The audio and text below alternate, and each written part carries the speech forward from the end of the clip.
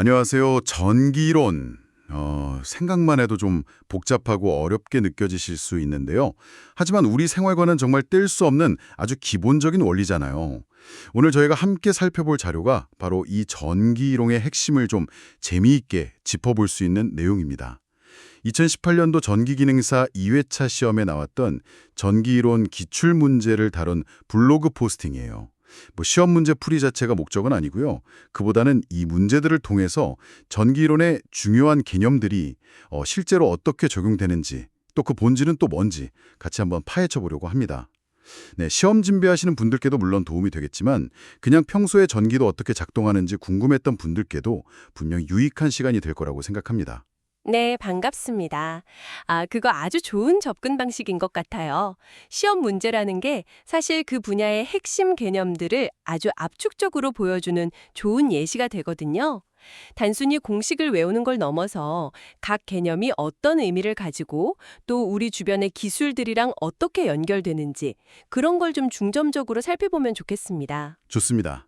그럼 가장 기본적인 질문부터 시작해 볼까요? 전기가 흐른다는 거 도대체 뭘까요? 문제 중에 보니까 원자의 핵의 구속력에서 벗어나서 물질 내에서 자유롭게 이동할 수 있는 것, 이게 뭐냐는 질문이 있었어요. 답은 자유전자였고요. 이게 모든 것의 시작 맞죠? 네, 정확합니다. 모든 물질은 원자로 이루어져 있고 그 원자 중심에는 원자 핵이 있고 그 주위에 전자들이 돌고 있잖아요. 그런데 특히 금속 같은 도체 물질 안에는 이 원자 핵에 아주 느슨하게 묶여 있어서 비교적 자유롭게 원자 사이를 막 돌아다닐 수 있는 전자들이 있어요. 바로 이걸 자유전자라고 부르는 거죠. 아하. 그러니까 이 자유전자들이 일종의 뭐랄까, 짐꾼 같은 역할을 하는 거네요. 외부에서 전압이라는 압력이 탁 가해지면 이 짐꾼들이 움직이면서 에너지를 전달하는 그게 바로 전류다. 이렇게 이해하면 될까요? 네, 아주 적절한 비유입니다. 자유전자의 존재, 그리고 그것들의 이동이 바로 전류의 본질이라고 할 수 있습니다. 얼마나 많은 자유전자가 있는지, 또 얼마나 쉽게 움직일 수 있는지에 따라서 그 물질이 전기가 잘 통하는 도체인지, 잘 안 통하는 부도체인지, 아니면 그 중간인 반도체인지가 결정되는 거고요. 그렇군요. 전류, 그러니까 자유전자의 흐름이 있다는 걸 알았으니까 이제 이 전류가 만드는 또 다른 중요한 현상, 바로 자기장으로 넘어가 보죠. 첫 번째 문제가 환상 솔레노이드, 그러니까 도넛 모양으로 코일을 감은 거예요. 그 내부에 자기장 세기 H를 묻는 거였는데 H는 Ni 2파이R이라는 공식이 나왔어요. 네네. 전자계약의 뭐랄까 기본 중의 기본이죠. 앙페르 법칙의 한 응용 사례인데요. 이 공식은 기본적으로 전류 I가 흐르는 도선 주위에는 자기장이 생긴다는 걸 보여주는 겁니다. 그리고 코일을 여러 번 감을수록 N, 또 흐르는 전류가 강할수록 자기장은 더 세지고 반대로 자기장이 형성되는 경로, 그러니까 그 도넛 모양의 둘레, 2파이R이 길어질수록 자기장은 약해진다는 관계를 아주 명확하게 보여주죠. 아, 공식을 보니까 Ni는 분자에 있고 2파이R은 분모에 있네요. 그러니까 전류랑 감은 횟수를 늘리면 자기장이 세지고 코일 크기 자체가 커지면 약해진다. 되게 직관적인데요? 이런 자기장을 이용하는 게 바로 그 전자석 같은 건가요? 맞습니다. 전자석은 물론이고 우리가 쓰는 모터, 발전기, 그리고 변압기나 인덕터 같은 수많은 전기 부품들이 바로 이 원리, 즉 전류가 자기장을 만들고 또 그 자기장이 다시 전기에 영향을 주는 상호작용 원리를 이용하는 겁니다. 이 공식을 알면 우리가 원하는 세기의 자기장을 얻기 위해서 코일을 얼마나 감아야 할지, 또 어떤 크기로 만들어야 할지 이런 것들을 계상할 수 있게 되는 거죠. 아, 전류와 자기장은 정말 뗄래야 뗄 수 없는 관계군요. 근데 코일 얘기가 나온 김에 인덕턴스라는 개념도 좀 짚고 넘어가야 할 것 같아요. 문제 중에 1헨리를 정의하는 문제도 있었고 또 자속 변화에 따른 유도 기전력 크기를 계산하는 문제도 있었거든요. 둘 다 코일이랑 관련이 아주 깊어 보이는데요. 네, 맞습니다. 아주 밀접하게 연결되어 있죠. 우선 인덕턴스 L이라는 건요. 코일이 자기 자신을 통과하는 전류의 변화를 얼마나 싫어하는지, 즉 그 변화에 얼마나 저항하려고 하는지를 나타내는 값이에요. 뭐랄까, 마치 움직이던 물체가 계속 움직이려고 하고 멈춰있던 물체는 계속 멈춰 있으려고 하는 관성이랑 비슷하다고 생각하시면 이해가 좀 쉬울 겁니다. 아, 코일의 전기적인 관성. 그래서 전류가 갑자기 변하려고 하면 코일이 그걸 방해하려고 버틴다 이런 뜻이군요. 정확히 그렇습니다. 그리고 그 방해하는 방식이 뭐냐면 바로 스스로 유도 기전력, 다른 말로 하면 전압을 만들어내는 거예요. 패러데이의 전자기 유도 법칙이라고 하는데요. 이 유도 기전력 E는 코일을 감은 횟수 N하고 또 코일을 통과하는 자기장의 양, 즉 자속이 시간에 따라 얼마나 빨리 변화하는지 델타 파이, 델타 t에 비례합니다. 식으로 쓰면 E는 마이너스 N 곱하기 델타 파이, 델타 t 이렇게 되죠. 그리고 이걸 또 인덕턴스 L을 사용해서 표현하면 E는 마이너스 L 곱하기 델타 I, 델타 t, 즉 전류가 시간에 따라 얼마나 변화하는지 델타 I, 델타 t로도 나타낼 수 있습니다. 그러니까 그 두 식이 결국 같은 의미를 가지는 거군요. 문제에서 건수가 150회인 코일에 2초 동안 자속이 1웨버 변했을 때 기전력 크기를 물었는데 그럼 E는 마이너스 150 곱하기 1웨버 나누기 ES 하니까 마이너스 75V. 근데 크기를 물었으니까 답은 75V가 맞네요. 그리고 1헨리 정의 문제는 1초 동안 전류가 1암페라 변할 때 델타 I, 델타 T 이꼴 1AS. 그때 1V의 기전력이 유도되면 그 코일의 인덕턴스가 바로 1H다. 이런 뜻이었군요. 네, 맞습니다. 인덕턴스하고 유도 기전력은 사실상 동전의 양면과 같다고 볼 수 있죠. 이 원리가 발전기에서 전기를 만들어내고 변압기에서 전압을 바꾸고 또 요즘 많이 쓰는 무선 충전 기술 같은 우리 주변의 정말 수많은 기술들의 핵심 원리입니다. 특히 교류 회로에서는 이 인덕턴스의 역할이 굉장히 중요해지죠. 교류 AC 얘기가 나왔네요. 그럼 이제 AC 회로의 특징들을 좀 더 자세히 살펴볼까요? RL 직렬 회로, 그러니까 저항 R하고 코일 L이 직렬로 연결된 회로에서 위삼각 세타를 묻는 문제가 있었어요. 답은 세타 이꼴 탄젠트 마이너스 1 오메가 LR 이었는데요. 근데 위삼각이라는 개념 자체가 좀 생소하게 들릴 수도 있을 것 같아요. 네, 그렇죠. 우리가 직류에서는 전압하고 전류가 항상 같은 방향으로 같은 타이밍에 움직이는데 교류 AC에서는 전압과 전류의 파역이 시간에 따라 계속 플러스 마이너스로 변하잖아요. 그런데 회로에 코일 L이나 아니면 커패시터 C 같은 소자가 있으면 이 전압과 전류의 변화 타이밍이 서로 어긋나게 돼요. 마치 두 사람이 같이 달리는데 한 사람이 약간 뒤처지거나 혹은 앞서 나가는 것과 비슷하다고 할 수 있죠. 이 어긋난 정도를 각도로 표현한 게 바로 위삼각 세타입니다. RL 회로에서는 코일 때문에 전류가 전압보다 뒤처진다고 아까 말씀하셨죠? 그 뒤처지는 정도가 오메가 LR의 아크탄젠트 값이다. 여기서 그럼 오메가 L은 뭔가요? 네, 그 오메가 L은 유도성 리액턴스라고 부릅니다. 여기서 오메가는 각 주파수 2파이 F는 주파수로 교류가 얼마나 빨리 변하는지를 나타내는 값이고 L은 인덕턴스잖아요. 즉 주파수가 높거나 인덕턴스 값이 클수록 코일이 전류의 흐름을 더 강하게 방해한다는 의미예요. 이 리액턴스 오메가 L과 그냥 저항 R의 비율이 위삼각을 결정하는 거죠. 마치 직각삼각형을 생각해보면 밑변이 R이고 높이가 오메가 L일 때 그 사이의 각도가 세타가 되는 것과 같아요. 그래서 텐젠트 세타는 오메가 LR이라는 관계가 성립하는 겁니다. 아하, 그냥 저항 R뿐만 아니라 코일이 가진 리액턴스라는 일종의 교류 저항 성분 때문에 위상 차이가 발생하는 거군요. 근데 이 위상차가 왜 중요한 건가요? 그냥 좀 엇갈려서 흐르는 거 아닌가요? 아니요. 그게 굉장히 중요합니다. 이 위상차가 바로 전력 계산에 직접적인 영향을 미치거든요. 조금 뒤에 다룰 유효전력과 무효전력, 그리고 역률이라는 개념과 바로 연결됩니다. 교류에서는 단순히 전압과 전류를 곱해서 전력을 계산할 수 없는 이유가 바로 이 위상차 때문이기도 하고요. 전력 이야기로 넘어가기 전에 회로 해석과 관련된 문제가 하나 더 있었죠. 삼상 교류 회로에서 델타 결선을 등가 Y 결선으로 변환할 때 임피던스, 그러니까 교류 저항이 어떻게 변하는지를 묻는 문제였어요. ZY는 3분의 1 Z 델타라는 답이 나왔는데 이건 어떤 의미인가요? 네, 삼상교류는 보통 발전소에서 전력을 만들어서 우리에게 보낼 때 쓰는 표준 방식입니다. 단상보다 효율이 좋기 때문인데요. 이때 부하, 그러니까 전기를 사용하는 기기들을 연결하는 방식에 크게 두 가지가 있어요.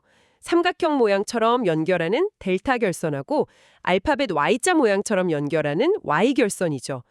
그런데 복잡한 삼상 회로를 계산해야 할 때 때로는 이 델타 결선을 Y 결선으로 바꿔서 생각하거나 혹은 그 반대로 Y를 델타로 바꿔서 생각하면 계산이 훨씬 간편해질 때가 많습니다. 이걸 등가 변환이라고 하죠. 아, 그러니까 복잡한 회로를 좀 풀기 쉽게 모양을 바꾸는 일종의 수학적인 기술 같은 거군요. 네, 맞습니다. 여기서 중요한 건 딱 두 가지 관계예요. 델타 결선을 등가의 Y 결선으로 바꾸면 각 상의 임피던스 Z가 원래 3분의 1이 된다는 점, JY는 Z 델타 3분의 1, 그리고 반대로 Y 결선을 등가의 델타 결선으로 바꾸면 임피던스가 3배가 된다는 점, J 델타는 3JY입니다.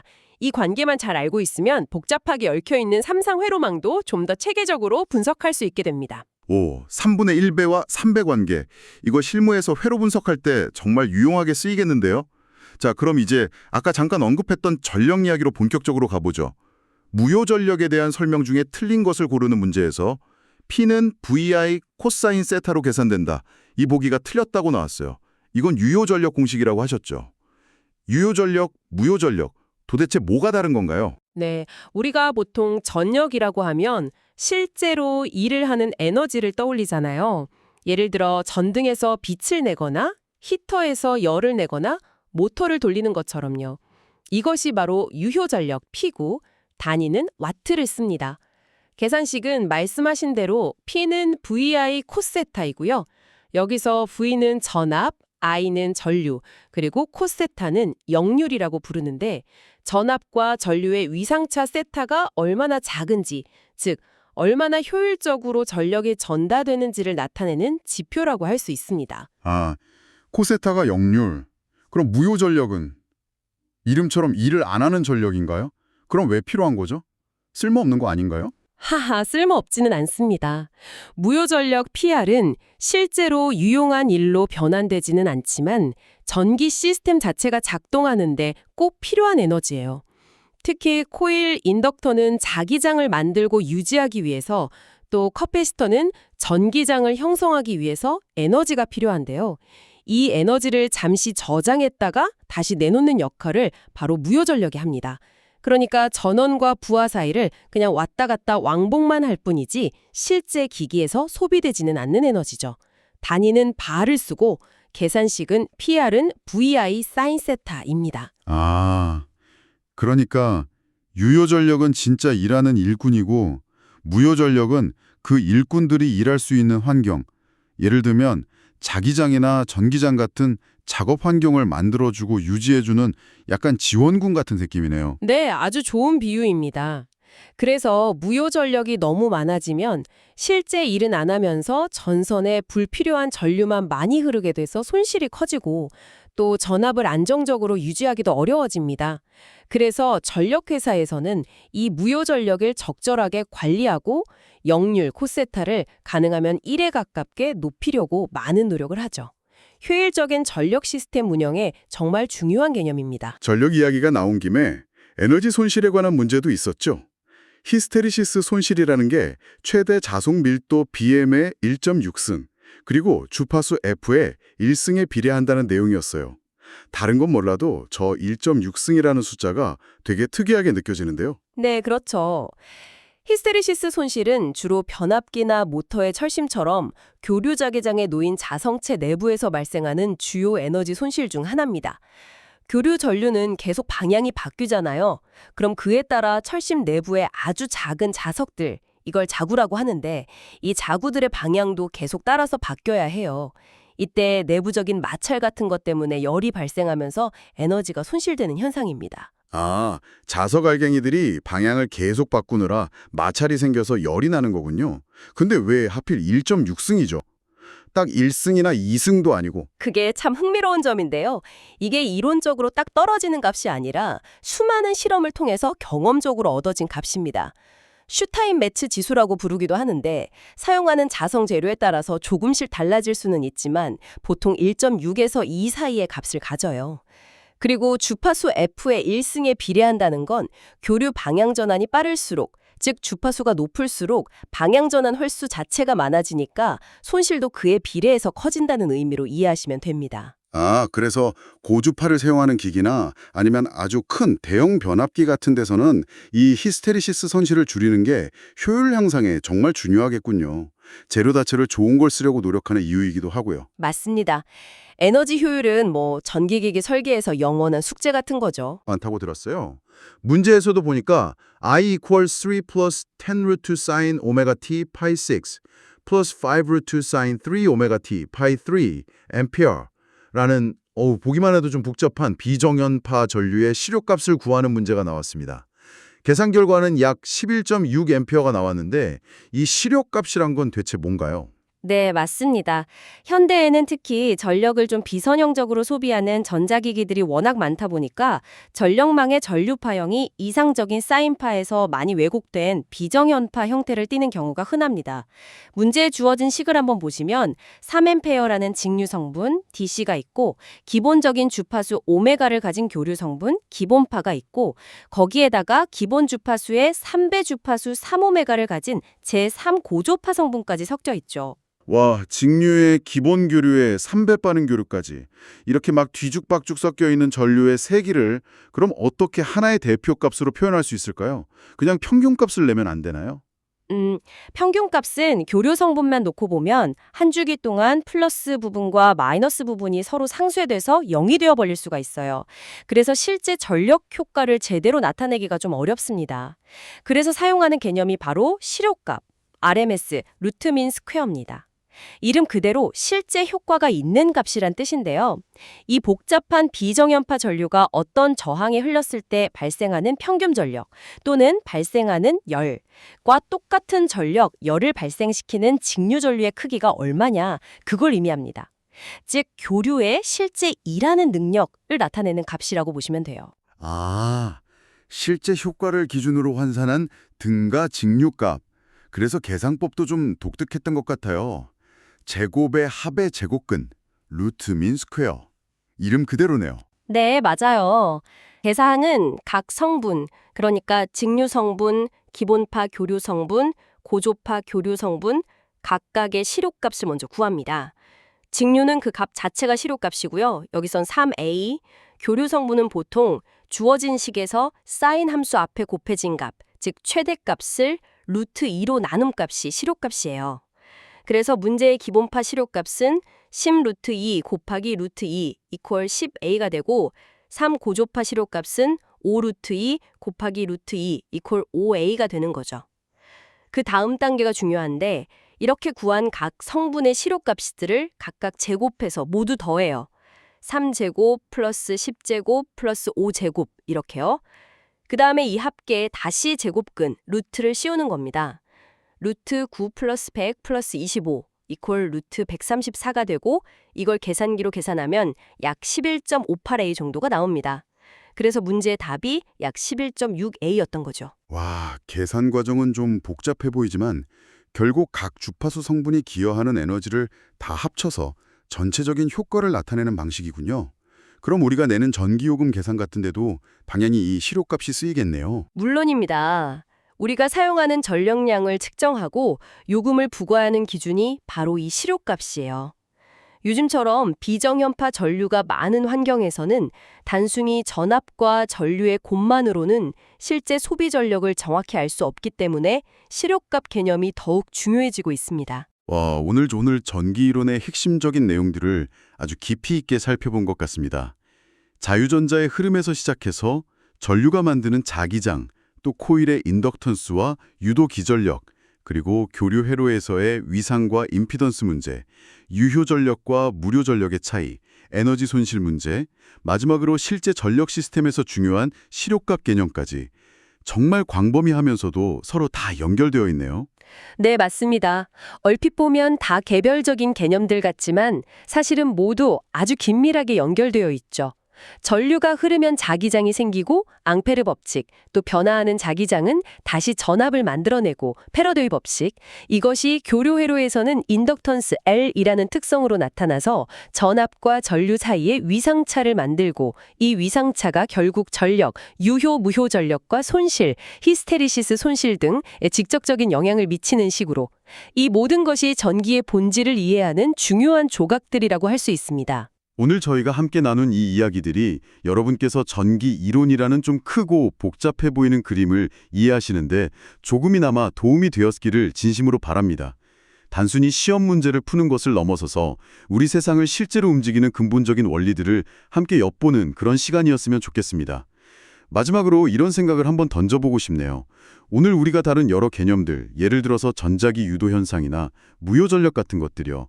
당장 여러분 손에 들려있는 스마트폰을 충전할 때 혹은 저 도로 위를 달리는 전기자동차의 모터 속에서는 정확히 어떤 모습으로 어떤 역할을 하면서 작동하고 있을까요? 이렇게 눈에 보이지 않는 원리들이 어떻게 현실의 기술로 구현되는지 한번 상상해 보는 것만으로도 아마 전기에 대한 이해가 한층 더 깊어지지 않을까 싶습니다. 오늘 저희와 함께 긴 시간 이야기 나눠주셔서 감사합니다. 다음에도 흥미로운 자료로 여러분의 지적 호기심을 채워드릴 수 있도록 노력하겠습니다.